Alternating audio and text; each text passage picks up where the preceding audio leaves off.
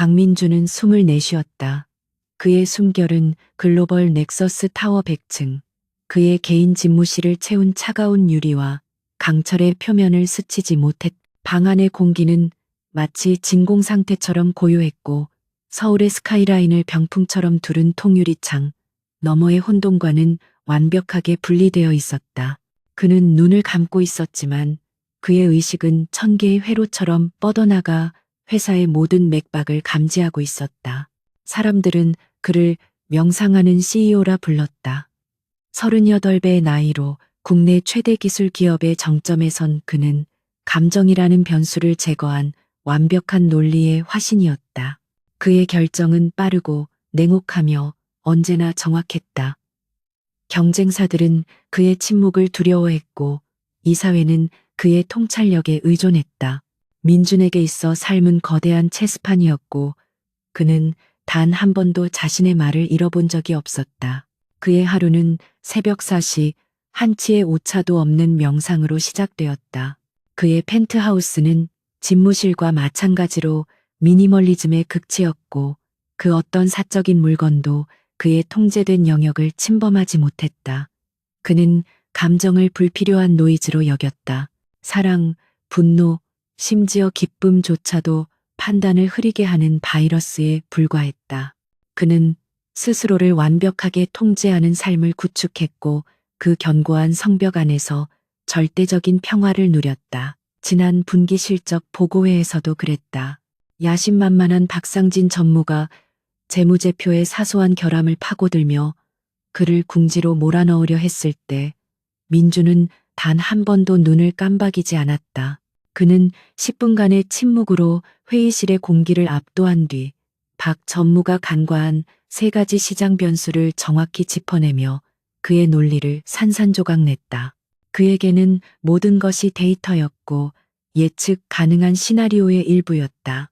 하지만 그 예측 불가능한 변수가 그의 삶에 끼어든 것은 가장 예상치 못한 장소에서였다. 글로벌 넥서스의 차세대 친환경 에너지 프로젝트 부지 선정을 위해 그는 수행원 없이 홀로 강원도의 산간 지역을 찾았다. 익명성 속에서 현장에 날 것 그대로의 데이터를 수집하려는 그만의 방식이었다. 그는 최첨단 방수 기능의 아웃도어를 입고 있었지만 거대한 자연의 변덕 앞에서는 무력했다. 처음에는 가랑비였다. 하지만 그가 산 중턱의 비포장도로를 지날 때쯤 하늘은 분노한 듯 찢어졌다. 100년 만의 기록적인 폭우, 산사태가 그의 앞길을 막았고 계곡물이 불어나 다리를 끊었다. 그의 고성능 SUV는 진흙탕에 처박혔고 위성 전화마저 신호가 잡히지 않았다. 완벽하게 통제되었던 그의 세계에 처음으로 고립이라는 변수가 발생했다. 밤은 칠흑처럼 찾아왔고 빗줄기는 그의 체온을 무자비하게 빼앗아갔다.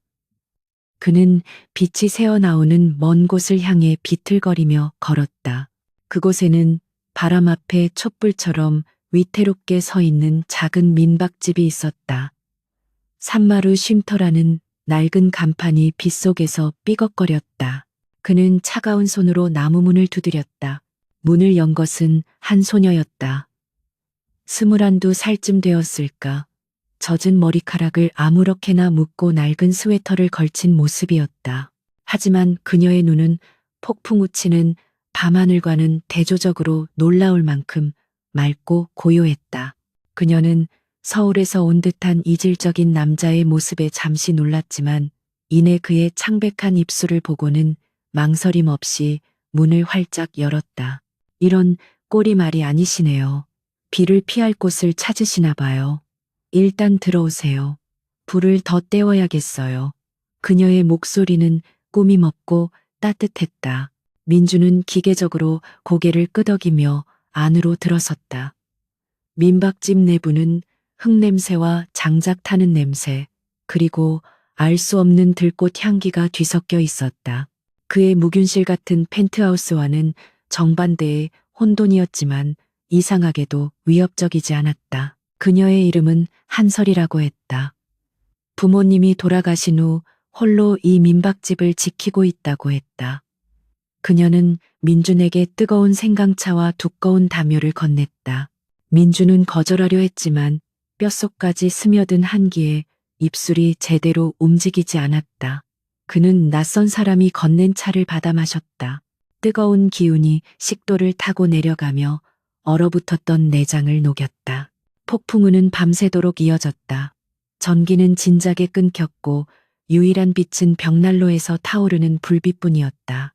서리는 덤덤하게 창밖을 바라보며 말했다. 이런 날은 아무것도 할 수 없어요. 그냥 기다리는 수밖에요. 그녀의 체념한 듯한 평온함이 민준의 신경을 건드렸다. 그는 언제나 기다리는 쪽이 아니라 돌파하는 쪽이었다. 하지만 지금 그는 아무것도 할 수 없었다. 민준은 미열을 느끼기 시작했다. 추위와 피로가 그의 철저한 자기 통제력을 갉아먹고 있었다. 그는 벽난로 앞 간이 침대에 누웠고 서리는 그에게 이불을 더 덮어주었다. 그녀는 그가 누구인지 묻지 않았고 왜 이런 곳에 왔는지도 궁금해하지 않았다. 그녀에게 그는 그저 폭풍우를 만난 길 잃은 나그네일 뿐이었다. 그날 밤의 기억은 민준에게 단편적인 이미지로만 남아있다.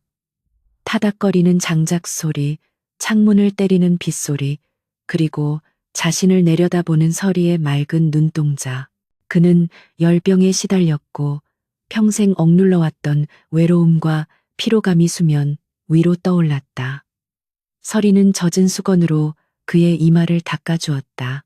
그녀의 손길은 서툴렀지만 망설임이 없었다. 그는 평생 처음으로 타인에게 자신을 온전히 맡겼다.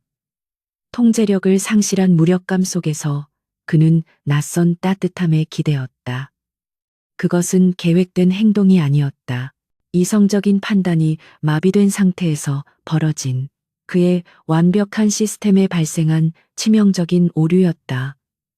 하룻밤의 일탈, CEO 강민준이 아닌 그저 한 남자 강민준으로서의 순간이었다. 새벽녘 민준은 열이 내린 몸으로 잠에서 깨어났다. 폭풍우는 거짓말처럼 멎어 있었고 창틈으로 맑은 아침 햇살이 스며들었다. 옆에는 서리가 담요를 덮은 채 불편하게 웅크리고 잠들어 있었다. 그녀의 순수한 얼굴을 보는 순간 어젯밤의 일이 선명하게 떠올랐다. 그리고 동시에 압도적인 수치심과 자기 혐오가 밀려왔다. 이것은 실수였다. 용납할 수 없는 그의 삶에 있어서는 안 될 오점이었다. 그는 자신의 제국을 위태롭게 할 수 있는 유일한 약점을 스스로 만들어버렸다. 그는 조용히 자리에서 일어났다.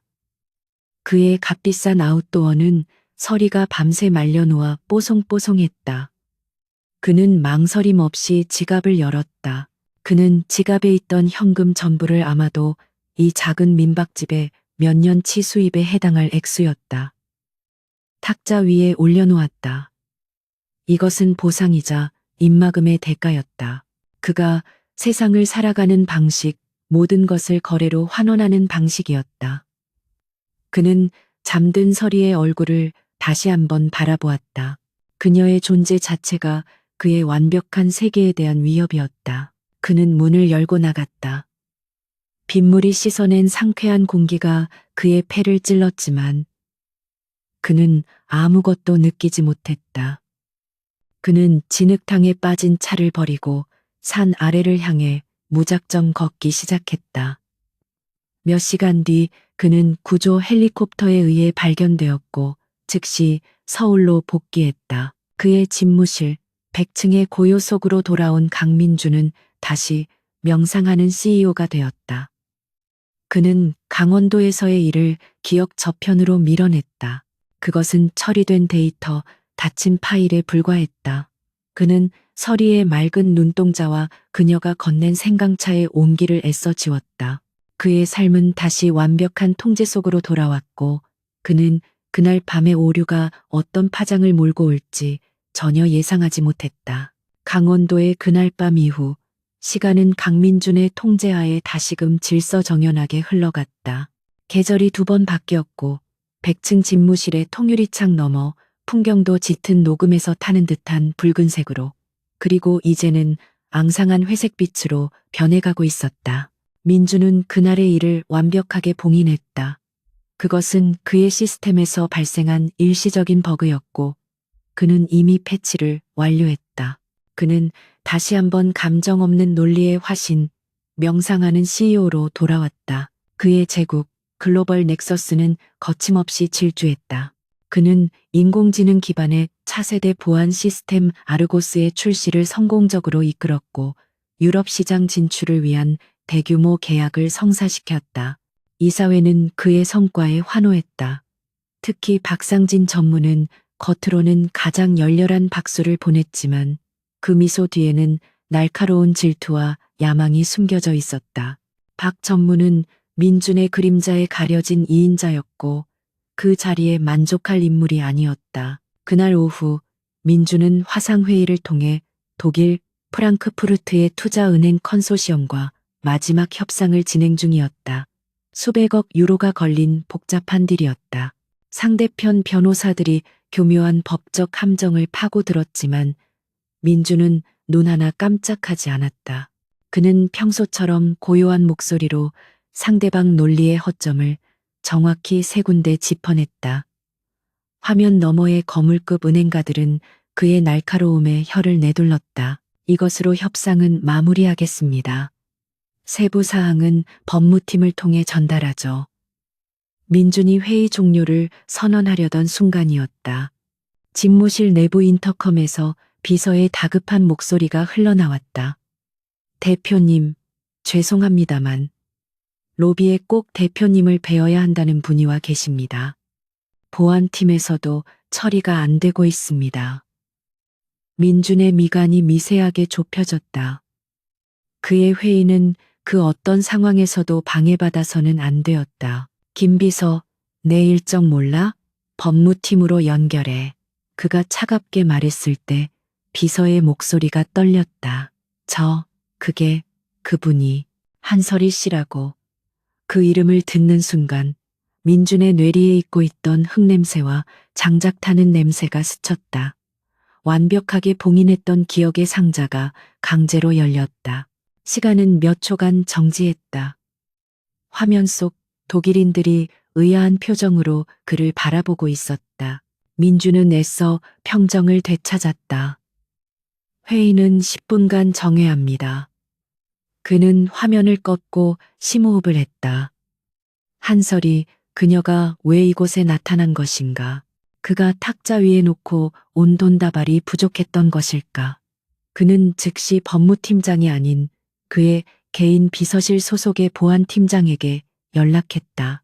로비에 있는 한설이 씨를 101층 VIP 응접실로 데려와. 조용하게, 누구의 눈에도 띄지 않게. 몇 분 뒤 민주는 101층으로 향했다. 그곳은 외부 손님을 위한 비밀스러운 공간으로 철저한 방음과 보안을 자랑했다. 문이 열리고 그는 몇 달 만에 한설이를 다시 마주했다. 그녀는 여전히 낡은 스웨터와 청바지 차림이었지만 낯선 도시의 거대한 빌딩 숲에 압도당한 듯 잔뜩 겁에 질려 있었다. 하지만 그녀의 눈은 여전히 불쾌할 정도로 맑았다. 무슨 일이죠? 한설이 씨. 여긴 어떻게 찾아왔습니까? 민주는 거리를 둔 채 사무적으로 물었다. 그의 목소리에는 그날 밤의 미열이나 혼란은 조금도 남아있지 않았다. 그는 단지 이 귀찮은 문제를 가장 빠르고 효율적으로 처리할 생각뿐이었다. 그는 수표책을 꺼낼 준비가 되어 있었다. 설이는 그의 차가운 태도에 움찔했지만 이내 입술을 깨물었다. 그녀는 작은 배낭에서 꾸깃꾸깃한 종이 한 장을 꺼냈다. 돈 때문에 온 거 아니에요. 그날 두고 가신 돈도 하나도 안 썼어요. 이건 그런 문제가 아니에요. 그녀의 목소리가 떨렸다. 그녀는 종이를 그에게 내밀었다. 그것은 병원에서 발급한 초음파 사진이었다. 민주는 사진을 받아들었다. 검은색 배경에 의미를 알 수 없는 하얀 점들. 그의 전문 분야가 아니었다. 이게 뭡니까? 그가 묻자 설이는 눈을 질끈 감았다 떴다. 병원에서 아기 집이 3개라고 했어요. 3명, 이래요. 3명. 그 단어가 민준의 머릿속을 강타했다. 마치 고요한 명상의 방에 누군가 망치를 휘두른 것 같았다. 3명, 새 쌍둥이. 그의 완벽한 시스템, 그의 통제된 삶, 그의 데이터에는 단 한 번도 존재하지 않았던 가장 치명적이고 예측 불가능한 변수였다. 그는 순간적으로 호흡하는 것을 잊었다. 그의 심장이 비정상적으로 빠르게 뛰기 시작했다. 그는 평생 단 한 번도 이런 종류의 충격을 경험해 본 적이 없었다. 그것은 사업적 실패나 재정적 손실과는 차원이 다른 존재 자체를 뒤흔드는 혼돈이었다. 그의 명상하는 CEO라는 가면이 산산조각 날 위기였다. 이 사실이 알려진다면 박상진을 비롯한 적들이 어떻게 나올지 불보듯 뻔했다. 그의 리더십, 그의 판단력, 그의 모든 것이 의심받게 될 것이다. 확실한 겁니까? 민주는 간신히 목소리를 쥐어짰다.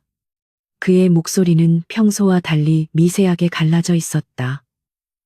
서리는 고개를 끄덕였다. 서울에 있는 큰 병원에도 가봤어요. 다들 똑같이 말했어요. 저는 어떻게 해야 할지 몰라서. 그래서 그녀의 눈에 눈물이 고이기 시작했다. 그녀는 돈을 원한 것이 아니라 이 거대한 현실 앞에 함께할 누군가가 필요했던 것이다. 민주는 초음파 사진을 쥔 손에 힘을 주었다. 종이가 구겨졌다. 그는 이 상황을 처리해야 했다. 일단, 알겠습니다. 이 사실을 다른 사람에게 말했습니까? 서리는 고개를 저었다. 아니요, 무서워서 아무한테도. 민주는 고개를 끄덕였다. 좋아요. 당분간 내가 마련해주는 곳에 머무르세요. 김 비서가 안내할 겁니다. 그리고 다시는 이곳에 직접 찾아오지 마세요. 그의 말은 지시였고 명령이었다. 서리는 더 이상 아무 말도 하지 못하고 겁에 질린 눈으로 그를 바라보다 조용히 응접실을 나갔다. 민주는 홀로 남았다. 그는 거대한 통유리창 앞으로 걸어갔다. 서울의 스카이라인이 여전히 발 아래 펼쳐져 있었지만 모든 것이 비현실적으로 느껴졌다. 그는 구겨진 초음파 사진을 폈다. 3개의 작은 점, 3개의 심장 소리. 한편 100층 로비에서는 이 모든 상황을 흥미롭게 지켜본 눈이 있었다. 박상진 전무였다. 그는 다음 회의를 위해 이동하던 중 보안팀에 의해 특별 엘리베이터로 안내되는 촌스러운 차림의 여자를 보았다. 그리고 그 여자가 향한 곳이 101층 VIP 응접실이라는 것을 확인했다. 강민준이 극비의 협상이 아닌 이상 절대 사용하지 않는 곳이었다. 박상진의 직감이 날카롭게 번뜩였다. 그는 비서실을 통해 그 여자의 신원을 캐려했지만 보안팀은 대표님의 직접 지시라며 입을 다물었다. 완벽한 통제를 자랑하던 강민준의 일정에 예외가 발생했다. 그리고 몇 분 뒤 101층에서 나온 여자는 눈이 퉁퉁 부어 있었다. 박상진은 미소를 지었다. 강민준의 견고한 성벽에 균열이 생겼다. 그는 이 기회를 놓칠 생각이 없었. 민주는 집무실로 돌아와 다시 명상 자세를 취했다. 그는 호흡을 가다듬고 내면의 평화를 되찾으려 애썼다. 하지만 눈을 감자 그를 기다린 것은 고요한 공허가 아니었다. 쿵, 쿵, 쿵. 그의 심장 소리와 뒤섞인 작지만 분명한 3개의 다른 심장 소리가 그의 머릿속을 어지럽혔다. 명상만 하던 CEO는 이제 더 이상 혼자가 아니었다. 박상진 전무의 집무실은 98층에 있었다. 강민준의 100층보다 단 2층 아래였지만 그 2층의 차이는 하늘과 땅만큼이나 멀었다. 박상진은 거대한 원로 데스크에 앉아 손가락으로 테이블을 리드미컬하게 두드렸다. 그의 눈은 100층을 올려다보는 대신 자신의 모니터에 떠 있는 로비의 저화질 CCTV 캡처 화면에 고정되어 있었다. 촌스러운 스웨터를 입은 여자, 겁에 질렸지만 눈물에 젖은 그 여자의 얼굴. 강민주는 기계였다. 지난 5년간 박상진이 그를 무너뜨리기 위해 파헤친 모든 것, 재무, 사생활, 과거의 행적은 흠집 하나 없는 강철판 같았다. 그런데 그 기계가 수백억 유로가 걸린 독일 컨소시엄과의 협상을 중단시켰다. 단지 저 여자 하나 때문에. 이것은 단순한 변수가 아니었다. 시스템 전체를 마비시킬 수 있는 치명적인 바이러스의 등장이었다. 박상진은 자신의 비서가 아닌 별도로 관리하는 그림자에게 전화를 걸었다. 그는 수화기에 대고 낮게 속삭였다. 어제 101층 VIP 응접실을 사용한 여자 한설이 강원도 어디 출신이라던데 뿌리까지 샅샅이 뒤져. 그 여자가 서울에서 밟은 땅, 만난 사람, 그리고 병원 기록까지 전부. 그는 병원이라는 단어에 힘을 실었다. 여자가 울면서 CEO를 찾는 이유. 답은 생각보다 간단한 곳에 있을지 몰랐다. 그는 전화를 끊고 엷은 미소를 지었다. 명상하는 CEO, 감정을 초월한 듯 행동하던 그 거룩한 가면이 드디어 벗겨질 순간이 다가오고 있었다.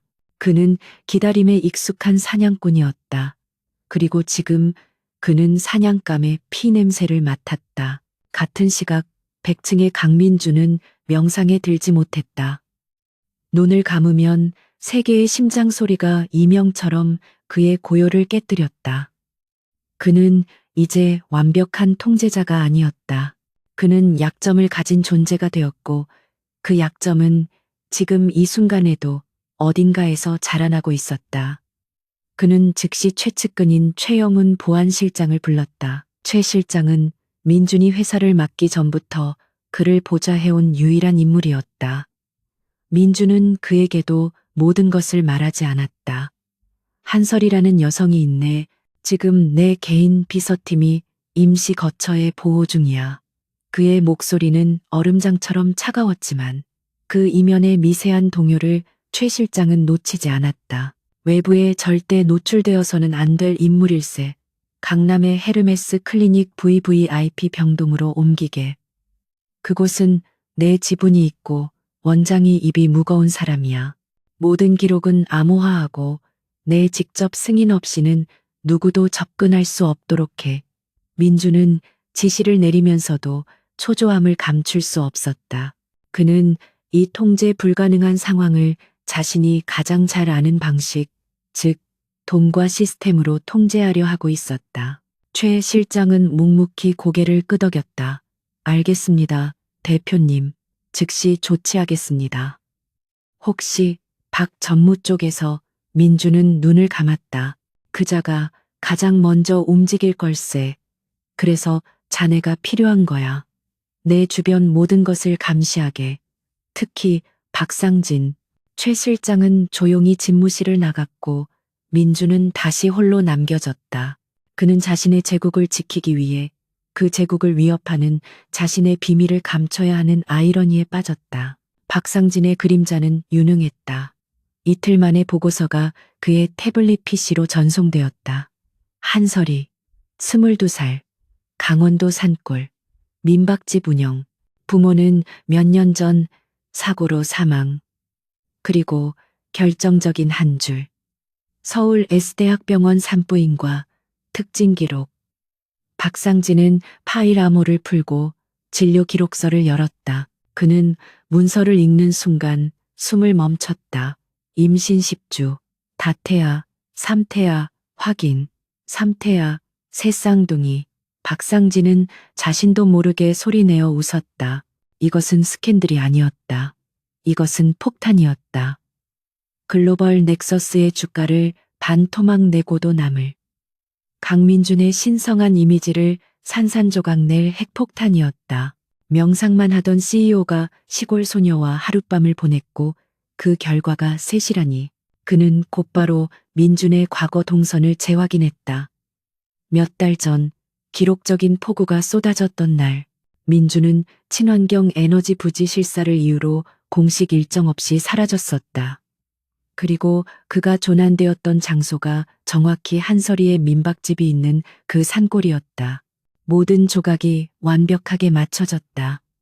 박상진은 손안에 승리의 패를 쥔 도박사처럼 의기양양했다. 하지만 그는 성급하게 움직이지 않았다. 이 폭탄을 지금 터뜨리는 것은 하책이었다.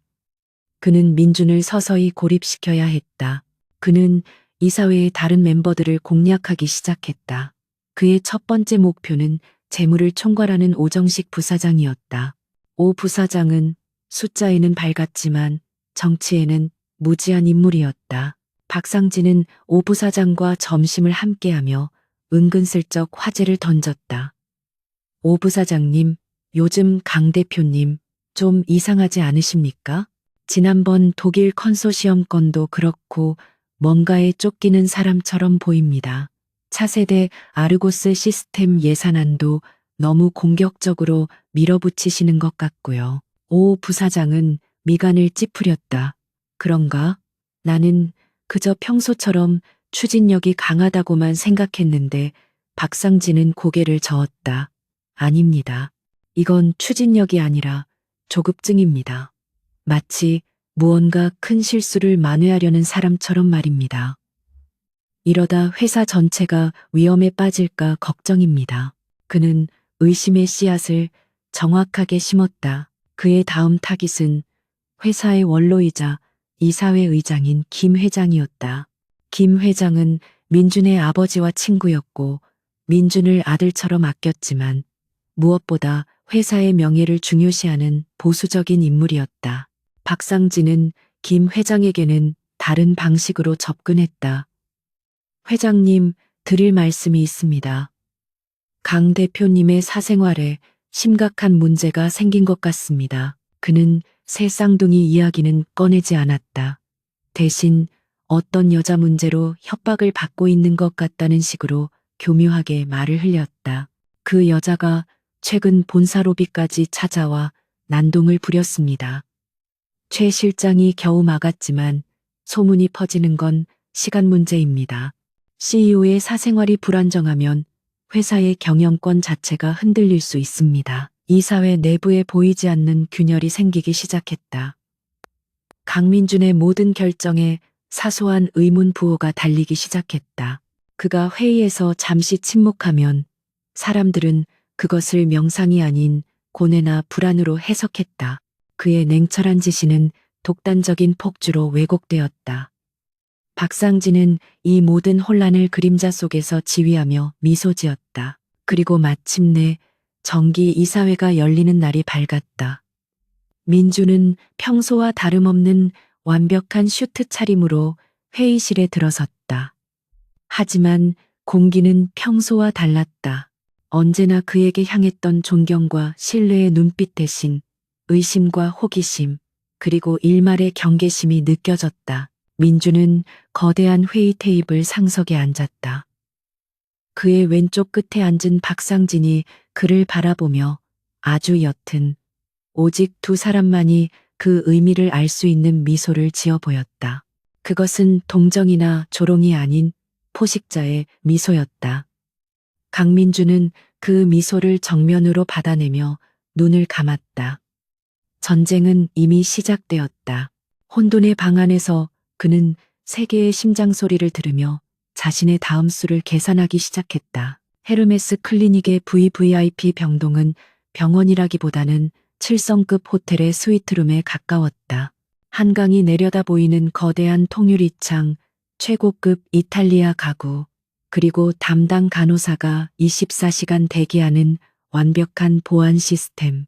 강민준이 한설이를 숨기기 위해 선택한 곳은 그녀가 평생 살아온 산골 민박집과는 다른 우주에 속한 공간이었다. 하지만 설이에게 이 호화로운 방은 황금으로 만든 감옥이었다. 창밖으로 보이는 서울의 야경은 거대하고 차가웠으며 그녀를 왜소하게 만들었다. 그녀는 매일 아침 의료진의 정중하지만 기계적인 검진을 받았고 최고급 유기농 식단이 제공되었지만 입덧 때문에 거의 입에도 대지 못했다. 그녀는 철저히 고립되었다. 민주는 일주일에 한 번, 정확히 같은 요일, 같은 시간에 찾아왔다. 그는 언제나 완벽하게 다려진 슈트 차림이었고 방 안에 들어설 때마다 값비싼 소독약 냄새가 희미하게 풍겼다. 그는 서리의 안부를 묻지 않았다. 대신 그는 태블릿 PC를 켜고 담당 의사의 소견을 확인했다. 혈압 수치 안정적. 영양 상태는 개선이 필요하군. 그의 목소리는 비즈니스 미팅에서 보고를 받는 CEO의 그것과 다르지 않았다.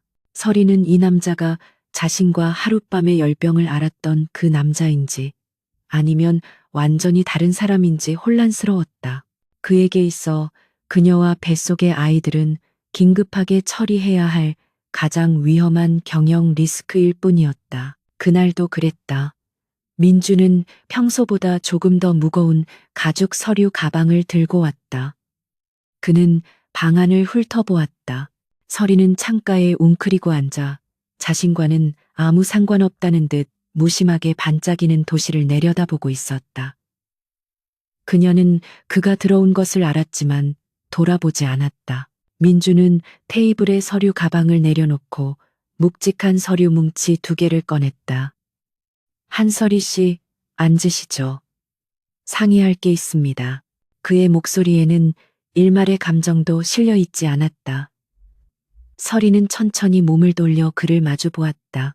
임신 초기 증상으로 그녀의 얼굴은 반쪽이 되어 있었지만 그녀의 눈빛만은 여전히 산골의 샘물처럼 맑고 단단했다. 그녀는 소파에 앉았고 민주는 그 맞은편에 앉아 첫 번째 서류 뭉치를 그녀 앞으로 밀었다.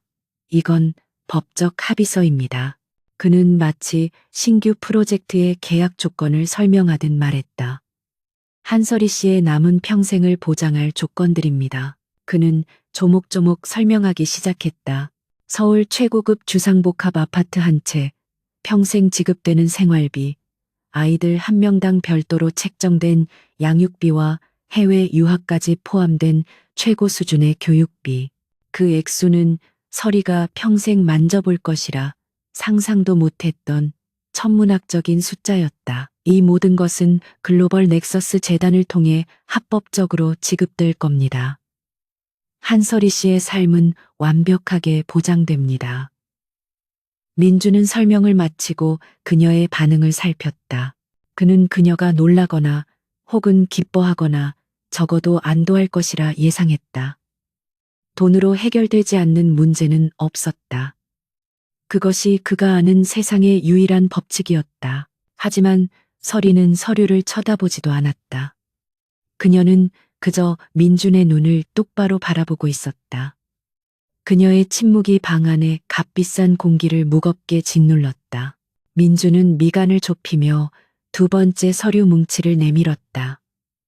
그리고 이 합의의 전제 조건입니다. 비밀 유지 서약서 NDA입니다. 그가 말했다. 아이들의 생물학적 아버지가 누구인지에 대해 평생 함구해야 합니다. 아이들에게도 마찬가지입니다. 법적으로 아이들은 오직 한서리 씨의 자녀로만 등재될 겁니다. 내 이름은 어디에도 존재하지 않을 겁니다. 그것은 완벽한 거래였다. 그는 책임을 지는 대신 자신의 존재를 지우려 했다. 그는 자신의 명예와 제국을 지키기 위해 3명의 아이로부터 아버지를 구매하려 한 것이다. 그는 서리가 당연히 동의할 것이라 생각했다. 이것이 그녀와 아이들을 위한 가장 합리적이고 논리적인 최선의 선택이었으니까. 그때였다. 서리가 처음으로 입을 열었다. 그녀의 목소리는 작았지만 방 안의 모든 소리를 압도할 만큼 날카로웠다. 제 이름이 한서리 맞죠? 강민준 씨. 그녀는 처음으로 그의 이름을 불렀다. 민주는 순간 당황했지만 애써 표정을 감췄다. 그런데요. 서리가 말을 이었다. 당신은 지금 나한테 내 아이들의 아버지를 팔라고 말하고 있는 건가요? 그녀의 질문은 너무나 직설적이어서 민주는 순간 할 말을 잃었다. 그의 복잡한 법률 용어와 천문학적인 숫자들이 그녀의 순수한 질문 하나에 무력하게 무너져 내렸다. 이건 거래가 아닙니다. 최선의. 민준이 반박하려 했지만 서리가 그의 말을 잘랐다. 아니요, 이건 거래예요. 그녀는 서류 뭉치를 가볍게 밀어냈다. 나는 이 돈 필요 없어요. 이런 아파트도 유학도 다 필요 없어요. 민주는 태어나서 처음으로 이해할 수 없는 상황에 부딪혔다. 그의 논리 회로가 정지했다. 필요 없다니 무슨 말입니까? 이건 당신과 아이들의 미래를 위한 겁니다. 감정적으로 대응할 문제가 감정적이요. 서리가 희미하게 웃었다. 그 웃음에는 경멸이나 분노가 아닌 깊은 슬픔이 담겨 있었다. 당신은 정말 아무것도 모르는군요. 내가 왜 서울까지 당신을 찾아왔는지 정말 모르세요? 돈 때문이었다면 진작에 기자들을 찾아갔겠죠. 그날 두고 간 돈다발을 들고 당신 회사 앞에서 시위라도 했을 거예요. 서리는 자리에서 일어났다.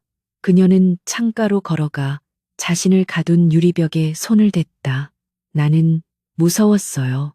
내 뱃속에 생명이 3개나 있다는 걸 알았을 때 난 혼자였고 너무 무서웠어요. 그래서 그냥 아이들의 아버지를 찾아온 거예요. 돈을 달라고 온 게 아니라 이 아이들을 어떻게 해야 하냐고 물어보러 온 거였어요. 그녀는 민준을 돌아보았다. 그녀의 맑은 눈에서 눈물이 흘러내렸지만 그녀의 목소리는 흔들리지 않았다. 그런데 당신은 나를 여기에 가두고 돈으로 입을 막으려고 해요. 이 아이들을 당신 인생의 오점이나 리스크처럼 취급하고 있어요. 나는 내 아이들을 그렇게 만들 수 없어요. 그녀는 단호하게 말했다. 이 돈을 받고 당신을 지워버리면 난 평생 내 아이들 얼굴을 어떻게 보죠? 이 아이들은 적어도 자신의 아버지가 누구인지는 알아야 할 권리가 있어요. 설령 그 아버지가 지금 당신처럼 차가운 사람일지라도요. 민주는 그 자리에 얼어붙었다. 명상하는 CEO의 완벽한 가면이 산산조각 났다. 그녀의 말은 그 어떤 비즈니스 협상가의 논리보다도 날카로웠고 그의 심장을 정통으로 꿰뚫었다. 그는 평생을 숫자와 데이터 그리고 거래로 살아왔다. 하지만 지금 그의 앞에는 돈으로 환산할 수 없는 생명의 가치와 진심이라는 그가 단 한 번도 다뤄본 적 없는 변수가 서 있었다. 서리의 순수함. 그것은 무지나 순진함이 아니었다. 그것은 돈과 권력 앞에서도 흔들리지 않는 그녀만의 확고한 도덕적 기준이자 자존감이었다. 그녀는 그의 돈이 아니라 그의 책임을 요구하고 있었다. 존재 자체를 지우려는 비겁한 책임이 아닌 아버지로서의 진정한 책임을. 민주는 자신이 내민 서류 뭉치를 바라보았다. 수십억의 가치를 지닌 그 종이들이 순간 휴지 조각처럼 무가치하게 느껴졌다. 그는 혼란스러웠다. 이 상황을 어떻게 처리해야 할지 알 수 없었다. 그의 모든 시스템이 다운되었다. 그는 그녀에게 아무런 대답도 하지 못했다. 그는 서류를 챙기지도 않고 그대로 자리에서 일어났다. 그리고는 마치 무언가에 쫓기는 사람처럼 도망치듯 그 방을 빠져나왔다. 그는 엘리베이터에 타자마자 벽에 등을 기댔다. 차가운 강철의 감촉이 느껴졌지만 그의 내면은 알 수 없는 감정으로 뜨겁게 들끓고 있었다. 그의 철옹성 같던 내면의 평화, 그 고요한 명상의 세계가 한 시골 소녀의 진심 어린 눈물과 말 한마디에 완전히 균열되기 시작했다. 한서리가 있던 VVIP 병동을 도망치듯 빠져나온 강민주는 자신의 펜트하우스로 돌아왔다. 그는 100층 집무실로 가지 않았다. 그곳은 완벽한 논리와 통제의 공간이었지만 지금 그는 그 어느 것도 통제하지 못하고 있었다. 그는 값비싼 실크 셔츠에 넥타이를 거칠게 풀어헤치고 처음으로 자신의 미니멀리즘한 공간이 감옥처럼 느껴졌다. 그의 머릿속은 아버지라는 단어와 돈이 필요 없다는 서리의 목소리, 그리고 당신은 아무것도 모른다는 그녀의 맑은 눈빛으로 가득 차 있었다. 그는 명상실로 들어갔다. 언제나처럼 완벽한 자세로 앉아 호흡을 골랐다. 내면의 평화를, 그 절대적인 고요를 되찾고 싶었다. 하지만 그가 눈을 감았을 때 그를 기다린 것은 공허가 아니었다. 쿵, 쿵, 쿵, 세 개의 심장 소리가 그의 고요를 비집고 들어왔다. 그것들은 이제 이명이 아니었다. 그것들은 존재였다. 그가 돈으로 지워버리려 했던, 그러나 서리의 진심으로 인해 결코 지워질 수 없는 명백한 생명이었다. 그는 호흡을 통제하려 할수록 더욱 거칠어지는 것을 느꼈다. 평화는 오지 않았다. 그의 완벽한 시스템은 한설이라는 예상치 못한 변수 앞에서 붕괴하고 있었다. 그리고 그 틈을 98층의 포식자는 놓치지 않았다. 박상진은 자신이 뿌린 의심의 씨앗이 이 사회 전체에 완벽하게 자라난 것을 확인했다. 오 부사장은 재무 보고서의 모든 숫자를 의심했고, 김 회장은 회사의 명예를 입에 달고 살았다. 박상진은 지금이 결정적인 순간임을 직감했다. 강민준이 흔들리고 있다. 그는 긴급 이사회를 소집했. 명분은 차세대 아르고스 시스템의 무리한 예산 집행 및 CEO의 독단적 경영에 대한 긴급 안건이었다.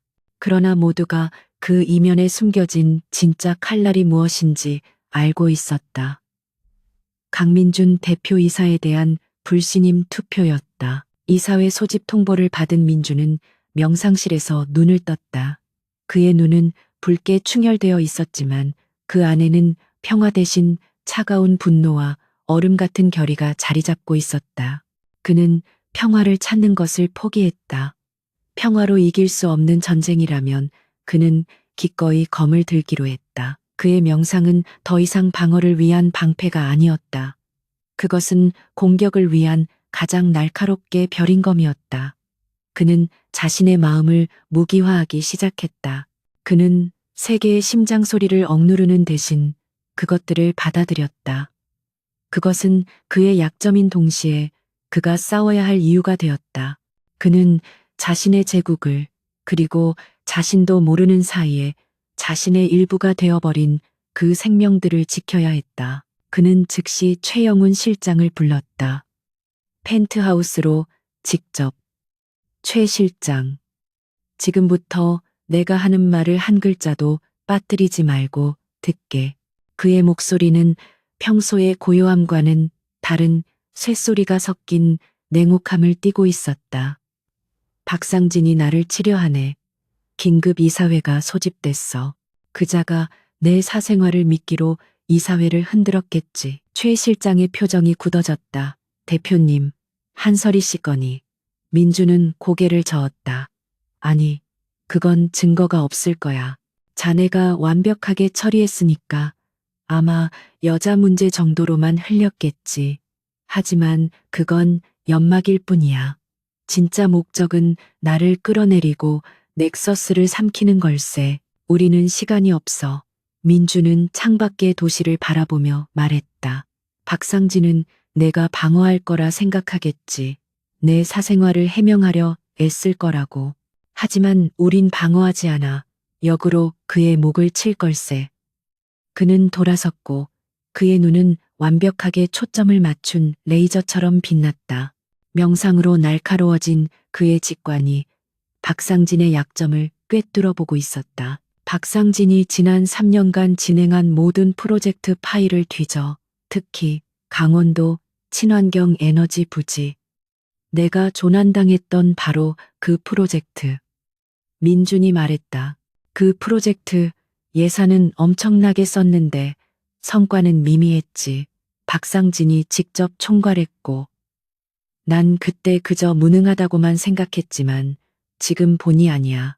그건 무능이 아니라 고의였어. 그리고 또 하나, 아르고스 시스템. 민준의 목소리가 낮아졌다.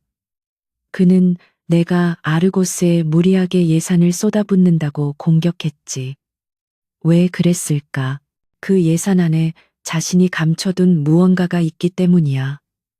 보안 시스템 예산안의 서브 컨트랙터 리스트를 전부 대조해. 유령 회사나 페이퍼 컴퍼니가 분명히 있을 걸세. 최 실장은 민준의 빠르고 정확한 지시에 전율했다. 이것이 진짜 강민준이었다. 혼돈 속에서 가장 날카로운 수를 찾아내는 전략가. 알겠습니다. 즉시 저희 내부 감사팀에 그림자 요원들을 투입하겠습니다. 아니, 민준이 그를 막았다. 내부 감사는 이미 박상진의 손길이 닿았을 수 있어. 자네의 직속 라인만 써. 내가 심어둔 사람들, 그리고 외부의 도움이 필요하겠군. 민준은 태블릿을 들어 한 번호로 영상 통화를 걸었다. 화면에 나타난 것은 실리콘밸리에서 활동하는 전설적인 화이트 해커 제로였다. 그는 넥서스의 보안 시스템을 구축할 때 민준이 스카우트했지만 조직 생활을 거부하고 프리랜서로 남은 인물이었다. 제로, 오랜만이군. 자네의 도움이 필요해. 민준은 짧고 간결하게 상황을 설명했다. 박상진의 모든 개인 계좌, 해외 차명 계좌, 그리고 경쟁사 테라 솔루션과의 비공식 접촉 라인, 자네라면 찾을 수 있겠지. 대가는 자네가 원하는 아르고스 시스템의 백도어 소스 코드 1세. 제로의 눈이 빛났다. 흥미로운 제안이군. CEO. 사냥을 시작하지. 이제 주사위는 던져졌다. 민주는 자신의 모든 패를 걸었다. 최 실장의 충성스러운 네트워크가 내부 자료를 파헤치고 제로의 천재적인 해킹이 외부의 방어막을 뚫기 시작했다. 민주는 다시 명상실에 앉았다. 하지만 이번에는 눈을 감지 않았다. 그는 눈을 뜬 채 머릿속에서 수천 개의 데이터 조각들을 맞춰나가기 시작했다. 박상진은 이사회 준비에 여념이 없었다. 그는 자신이 완벽하게 승리할 것이라 확신했다. 강민주는 기껏해야 자신의 스캔들을 방어하는데 급급할 것이고 설령 그가 반격을 시도한다 해도 며칠 남지 않은 이사회 전까지 증거를 찾는 것은 불가능하다고 믿었다. 그는 강민준의 명상을 그저 스트레스 해소용 요가 정도로 얕보고 있었다. 하지만 그는 몰랐다. 강민준의 명상은 수십억 개의 데이터를 동시에 처리하고 그 안에서 패턴을 찾아내는 슈퍼컴퓨터의 연산 과정과 같다는 것을. 이사회 하루 전날 밤, 최 실장이 펜트하우스로 뛰어들어왔다. 그의 얼굴은 피로와 흥분이 뒤섞여 있었다. 찾았습니다, 대표님. 그는 USB 하나를 테이블 위에 올려놓았다. 강원도 부지. 박 전무가 매입 예정 부지 정보를 테라 솔루션에 유출했습니다. 테라 솔루션은 그 정보로 인근 부지를 차명으로 선점했고 박 전무는 그 대가로 거액의 뒷돈을 받았습니다. 동시에 민준의 태블릿의 제로로부터 메시지가 도착했다. 스위스 은행의 차명 계좌 거래 내역. 정확히 테라 솔루션의 자회사가 송금한 날짜와 액수가 찍혀 있었다. 그리고 결정적인 한 방. 아르고스 시스템의 하청업체 중 세 곳이 박 전무의 처남이 운영하는 유령 회사였습니다. 지난 6개월간 500억 원이 넘는 돈이 그쪽으로 흘러 들어갔습니다. 박상진은 회사의 돈을 횡령하고 핵심 프로젝트 정보를 경쟁사에 팔아넘긴 이중 스파이였다. 그는 강민준을 공격하기 위해 자신이 감춰둔 비리의 무덤을 스스로 파헤친 꼴이 되었다. 민준은 모든 증거 자료를 확인했다. 그의 표정에는 어떤 기쁨이나 안도감도 없었다. 오직 차가운 결의만이 감돌았다. 그는 자리에서 일어나 슈트 재킷을 걸쳤다. 최 실장, 수고했네. 이사회에 갈 준비를 하지. 그의 명상은 끝났다. 날카롭게 벼린검이 손에 쥐어졌다. 이제 남은 것은 적의 심장을 꿰뚫는 일뿐이었다. 그는 자신의 혼돈을 다스리는 법을 깨달았다. 평화를 통해서가 아니라 가장 치열한 싸움을 통해서. 긴급 이사회가 열리는 날의 공기는 면도날처럼 날카롭고 차가웠다.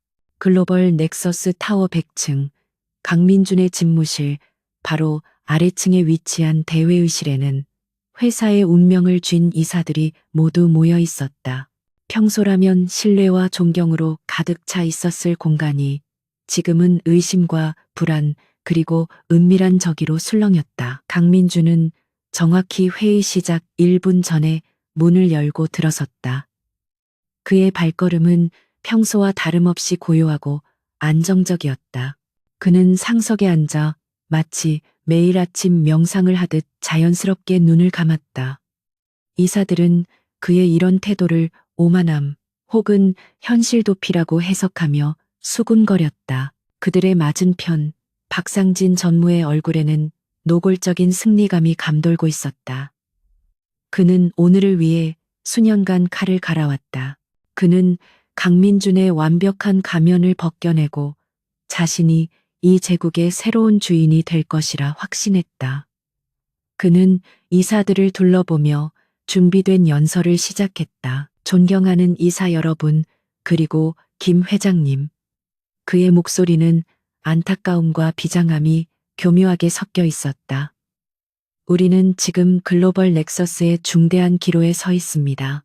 우리의 리더 강민준 대표는 안타깝게도 지난 몇 달간 극도로 불안정한 모습을 보여왔습니다. 박상진은 교묘하게 사실과 거짓을 엮어 민준을 공격했다.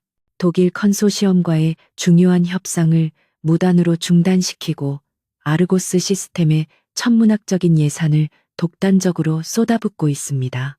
이것은 정상적인 경영 판단이 아닙니다. 이것은 조급증이자 무언가에 쫓기는 사람의 발악입니다. 이사들의 시선이 눈을 감고 있는 민준에게로 향했다. 그의 침묵은 마치 박상진의 주장을 인정하는 것처럼 보였다. 박상진은 이 기회를 놓치지 않았다. 소문은 저도 들었습니다. 강 대표의 사생활을 뒤흔드는 어떤 여자 문제, 저는 그 소문을 믿고 싶지 않았습니다. 하지만 그의 불안정한 경영 행보는 그 소문이 사실임을 반증하고 있습니다. 바로 그 순간이었다. 민준의 슈트 안주머니에 있던 개인 단말기가 짧게 진동했다. 화면을 볼 필요도 없었다. 최영훈 실장에게서 온 암호화된 신호였다. 오직 두 사람만이 아는 가장 위급한 상황을 알리는 신호. 민준의 감은 눈꺼풀이 미세하게 떨렸다. 헤르메스 클리닉, 한설희 씨, 조산 증세, 위급. 짧은 메시지가 그의 뇌리를 강타했다. 탄생. 그리고 몰락. 그는 오늘 이 회의실에서 두 가지를 모두 목격하게 될 터였다.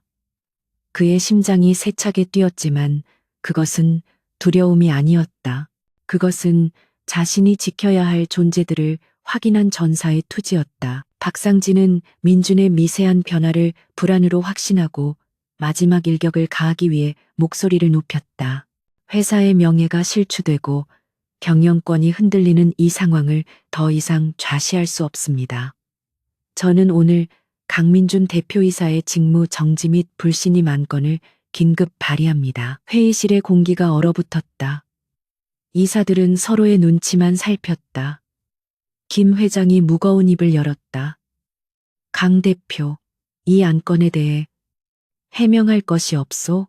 모든 시선이 다시 민준에게 집중되었다. 민준이 천천히 눈을 떴다. 그의 눈은 붉게 충혈되어 있었지만 그 안에는 혼란이나 불안 대신 지옥의 불길보다 차가운 분노와 명료한 결단력이 자리 잡고 있었다. 그는 박상진을 정면으로 응시했다. 박 전무. 그의 목소리는 낮고 조용했지만 회의실 전체를 압도했다. 당신의 그 삼류 연극은 잘 봤습니다. 민주는 자리에서 일어났다. 그는 자신의 사생활에 대해 단 한마디도 해명하지 않았다. 대신 그는 회의실 중앙의 거대한 스크린으로 걸어갔다. 나의 불안정에 대해 논하기 전에 당신의 안정적인 횡령에 대해 먼저 이야기해 보시죠. 박상진의 얼굴이 순간 굳어졌다. 무슨 헛소리를. 민주는 최 실장에게서 받은 USB를 스크린에 연결했다. 첫 번째 파일이 화면 전체에 떠올랐다. 그것은 강원도 친환경 에너지 부지 선정에 관한 내부 보고서와 경쟁사 테라솔루션의 내부 매입 자료였다. 강원도 부지. 내가 조난당했던 바로 그곳. 민준이 차갑게 말했다. 박 전무는 내부 정보를 테라솔루션에 유출했고 그들은 우리 매입 예정지 주변의 알짜배기 땅들을 차명으로 선점했지. 그리고 그 대가는 여기 스위스 은행의 차명 계좌로 정확하게 입금되었군. 화면이 바뀌고 수백만 달러가 오고 간 해외 계좌 내역이 떴다. 박상진의 얼굴이 하얗게 질리기 시작했다. 조작이야. 저건 전부 조작된 자료야. 그가 미친 듯이 소리쳤다. 이사들은 충격에 빠져 입을 다물지 못했다. 민주는 아랑곳하지 않고 다음 파일을 열었다. 아르고스 시스템, 그가 말했다. 내가 무리하게 예산을 쏟아붓는다고 비난했지. 왜 그랬을까? 그 예산 안에 당신의 쌈짓돈이 숨겨져 있었기 때문이지. 화면에는 아르고스의 수많은 하청업체 리스트가 떴다. 이 세 개의 유령 회사, 당신 처남 명의로 되어 있더군. 지난 6개월간 총 500억 원. 회사의 핵심 보안 시스템 예산을 빼돌려 자신의 배를 불리고 있었어. 민준의 목소리는 얼음처럼 차가웠다. 그는 박상진에게 걸어갔다. 당신은 나를 공격하기 위해 당신의 비리 장부를 스스로 펼쳐 보인 셈이야. 박상진. 그 순간 민준의 단말기가 다시 한번 세차게 진동했다. 제왕절개, 수술 시작, 산모, 혈압 급상승, 극히 위험한 상황. 민준은 숨을 깊게 들이마셨다. 그의 아이들과 서리가 사선에 서 있었다. 그는 더 이상 시간을 끌 수 없었다. 당신은 단순한 횡령범이 아니야. 민준이 마지막 파일을 열었다. 그것은 박상진과 테라솔루션 CEO 간의 비밀 통화 녹취록이었다. 당신은 글로벌 넥서스의 핵심 기술을 경쟁사에 팔아넘긴 배신자야. 이 개자식. 박상진은 이성을 잃고 민준에게 달려들었다. 하지만 민준은 꼼짝도 하지 않았다. 이미 대기하고 있던 최영훈 실장의 보안팀이 회의실 문을 박차고 들어와 박상진의 양팔을 제압했다. 이거 놔. 강민준, 내 놈도 무사하지 못해. 그 시골 계집이랑 박상진이 발악하며 소리쳤지만 그의 입은 보안팀의 손에 막혔다. 김 회장이 분노로 떨리는 목소리로 외쳤다. 당장 저 배신자를 끌어내. 검찰에 인계해. 회의실은 아수라장이 되었다. 이사들은 자신들이 괴물의 달콤한 말에 속아 넘어갔다는 사실에 경악했다. 박상진은 자신이 파멸시킨 회의실에서 비참하게 끌려나갔다. 그의 화려했던 몰락이었다. 강민주는 이 모든 혼돈의 한복판에 우뚝 서 있었다. 그는 자신을 배신한 자의 몰락을 차갑게 지켜보았다. 그리고 그의 손에 들린 단말기가 마지막으로 진동했다. 그는 천천히 화면을 내려다보았다. 최 실장에게서 온 단 2줄의 메시지였다. 수술 종료, 산모, 무사합니다. 3명 모두 건강하게 태어났습니다. 강민주는 그 자리에 서서 아주 천천히 눈을 감았다. 그의 제국은 지켜졌고 그의 적은 몰락했다.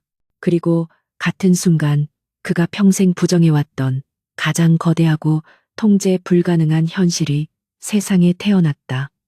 명상하는 CEO의 고요한 세계는 이제 영원히 사라졌다. 박상진이 경호팀에게 끌려나가자 100층의 대회의실은 잠시 동안 진공 상태와 같은 침묵에 휩싸였다. 이사들은 방금 자신들의 눈앞에서 펼쳐진 한편의 적나라한 기업 스파이 드라마에 넋이 나간 듯했다. 배신자의 몰락은 처참했고 그 몰락을 설계한 남자는 스크린에서 흘러나오는 푸른빛을 받으며 미동도 없이 서 있었다. 강민주는 손에 쥔 단말기의 희미한 온기를 느끼고 있었다. 산모, 무사합니다. 3명 모두 건강하게 태어났습니다. 그 12글자가 방금 그가 지켜낸 수조원 가치의 제국보다도 무겁게 그의 심장을 짓눌렀다. 아니, 짓누르는 것이 아니었다. 그것은 그의 텅 비어 있던 중심을 채우는 알 수 없는 무게감이었다. 김 회장이 가장 먼저 정신을 차렸다. 그는 자리에서 일어나 민준에게 다가와 그의 어깨를 굳게 잡았다. 강 대표. 아니, 민준아. 자네가 회사를 지켰네. 이 늙은이가. 자네를 잠시나마 의심했어. 미안하네. 그 말을 시작으로 다른 이사들도 앞다투어 사과와 찬사를 보냈다. 하지만 민준의 귀에는 그 어떤 소리도 들리지 않았다. 그의 모든 의식은 헤르메스 클리닉이라는 한 지점에 집중되어 있었다.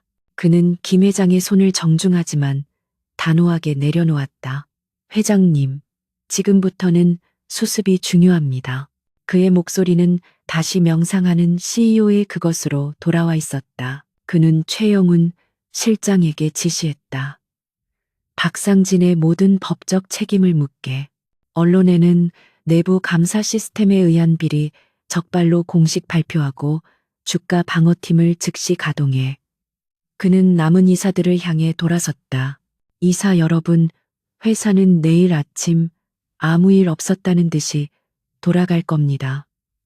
그게 제 일입니다. 회의는 이것으로 마치겠습니다. 민주는 더 이상의 질문이나 대화를 허용하지 않고 회의실을 나섰다. 이사들은 그의 냉철한 수습 능력에 다시 한번 감탄했지만 그가 향하는 곳이 자신의 집무실이나 펜트하우스가 아니라는 사실은 알지 못했다.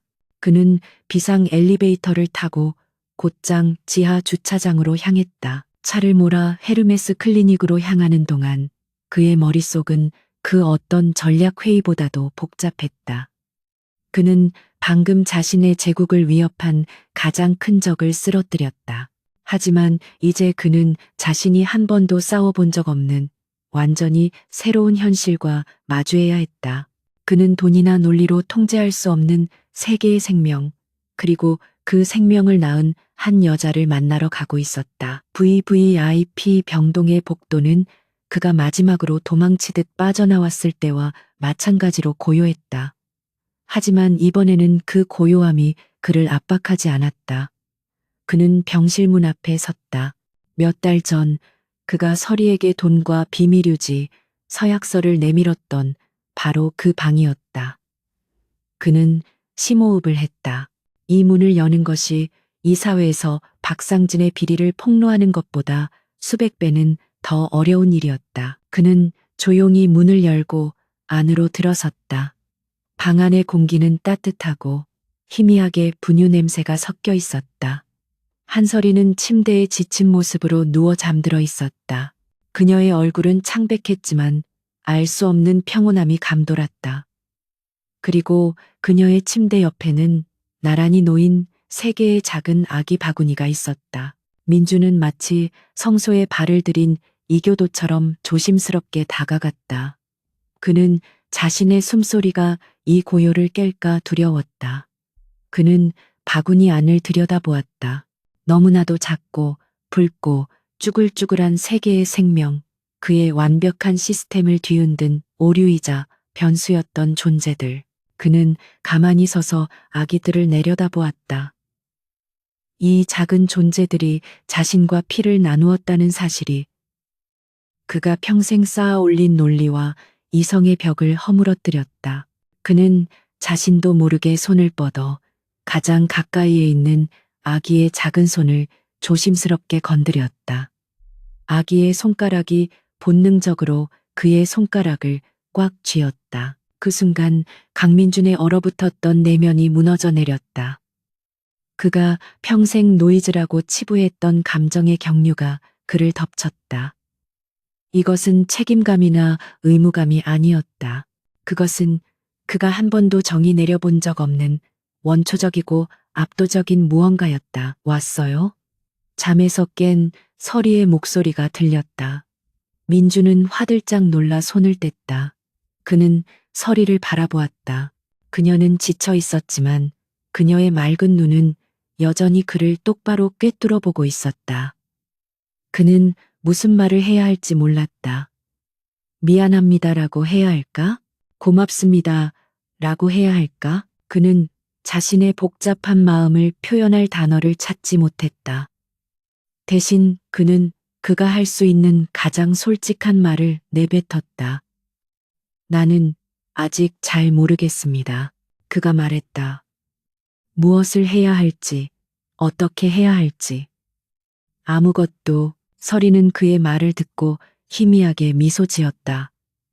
나도 그래요. 그녀가 속삭였다. 나도. 아무것도 모르겠어요. 그냥 무서웠는데 지금은 아니에요. 그녀는 아기들을 바라보았다. 이 아이들이 있으니까. 민주는 서리의 침대 옆 의자에 천천히 앉았다. 그는 더 이상 이 상황을 처리하려 하지 않았다. 그는 그저 이 혼돈스럽고 낯선 현실을 받아들이기로 했다. 그는 방금 하나의 전쟁을 끝냈지만 이제부터는 완전히 다른 종류의 삶을 배워나가야 했다. 그로부터 몇 달의 시간이 흘렀다. 글로벌 넥서스 타워 100층, 강민준의 펜트하우스. 한때는 먼지 하나 없는 무균실처럼 고요하고 완벽한 미니멀리즘을 자랑했던 그 공간은 이제 알아볼 수 없을 정도로 변해 있었다. 거실 한가운데에는 거대한 아기놀이 매트가 깔려 있었고 값비싼 이탈리아제 소파 위에는 디자이너 쿠션 대신 젖병과 기저귀 가방이 아무렇게나 놓여 있었다. 벽난로 앞에는 아기 침대 3개가 나란히 놓여 있었고 방구석에는 알록달록한 장난감들이 산더미처럼 쌓여 있었다. 그리고 강민준의 절대적인 성역이었던 명상실은 문이 활짝 열린 채 세대의 유모차와 아기 옷들로 가득 찬 창고가 되어 있었다. 으앙, 으앙, 정막을 깨는 우렁찬 울음소리가 동시에 터져나왔다. 강민주는 막 퇴근해 값비싼 슈트 재킷을 아무렇게나 소파에 던져두고는 소매를 걷어붙이고 있었다. 그는 한 명을 안아들고 서리는 다른 2명을 달래고 있었다. 오늘은 첫째랑 둘째가 유독 보채네요. 셋째는 방금 잠들었는데 서리는 이제 더 이상 겁에 질린 시골 소녀가 아니었다. 그녀는 잠은 부족했지만 능숙하고 강인한 어머니가 되어 있었다. 그녀는 민준이 안고 있는 아기를 보며 웃음을 터뜨렸다. 여보, 그렇게 안으면 아기 불편해요. 등을 좀 더 받쳐줘야죠. 민주는 여보라는 낯선 호칭에 아직도 가끔 놀랐지만 이내 서투른 동작으로 아기의 자세를 고쳐 안았다. 그는 여전히 글로벌 넥서스의 냉철한 CEO였지만 이 펜트하우스 안에서는 그저 새 쌍둥이의 초보 아빠일 뿐이었다. 그는 아기를 안고 거실을 서성이며 얼마 전 배운 자장가를 어설프게 흥얼거렸다. 회사에서는 아직도 당신을 명상하는 CEO라고 부른다면서요? 서리가 기저귀를 갈며 놀리듯 물었다. 민주는 아기의 등을 토닥이며 창밖을 바라보았다. 그의 발 아래에는 여전히 서울의 화려한 야경이 펼쳐져 있었지만 이제 그 풍경은 더 이상 공허하게 느껴지지 않았다. 그는 자신의 팔에 안겨 칭얼거리는 작은 생명을 내려다보았다. 내 명상은 이제 대상이 바뀌었을 뿐이요. 그가 낮게 말했다. 그는 더 이상 완벽한 고요와 통제를 추구하지 않았다. 그는 이 예측 불가능한 혼돈 속에서 세계의 심장 소리와 함께 호흡하는 법을 배우고 있었다. 그의 완벽했던 세계는 무너졌지만 그 폐허 위에서 그는 비로소 삶이라고 부를 수 있는 것을 찾았다. 명상만 하던 CEO는 이제 시끄러운 울음소리와 따뜻한 분유 냄새 속에서 가장 완벽한 내면의 평화를 찾아가고 있었다. 그는 서리를 바라보며 아주 오랜만에 진심 어린 미소를 지어 보였다.